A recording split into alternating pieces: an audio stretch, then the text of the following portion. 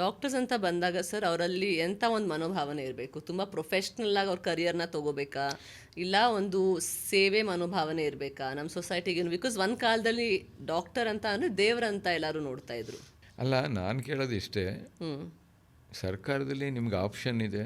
ಹ್ಞೂ ನೀವು ಅಷ್ಟು ಕಾನ್ಫಿಡೆಂಟ್ ಆಗಿದ್ದರೆ ನೀವು ಹೊರಗಡೆ ಹೋಗಿ ಸಂಪಾದನೆ ಮಾಡ್ತೀನಿ ಅಂದರೆ ನೀವು ಇಂಡಿಪೆಂಡೆಂಟಾಗಿ ಹೋಗಿ ನೀವು ಚಾರ್ಜ್ ಮಾಡಿ ಮಾಡ್ತೀರಿ. ಹ್ಞೂ ನೀವು ಎರಡನ್ನೂ ಮಾಡಬೇಕು ಅಂತೀರಿ, ಇದು ತಪ್ಪು.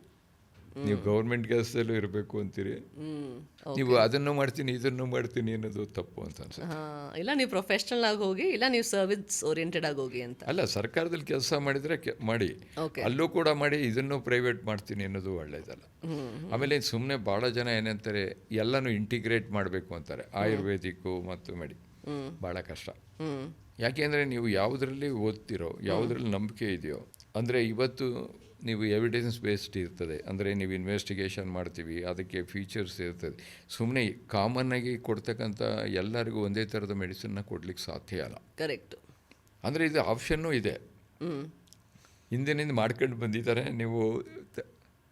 ಆದರೂ ಕೂಡ ಇನ್ನೊಂದು ನನಗನ್ಸುತ್ತೆ, ಇವಾಗ ಅಲೋಪ್ಯಾಥಿಕ್ ಮೆಡಿಸಿನ್ನೇ ನಾವು ಓದಿ ಇನ್ನೊಂದ್ರ ಬಗ್ಗೆ ಅಥಾರಿಟೇಟಿವ್ ಆಗಿ ಮಾತಾಡೋದು ನಮ್ಗೆ ಅಷ್ಟು ಸರಿಯಲ್ಲ ಅಂತ ಅನಿಸುತ್ತೆ.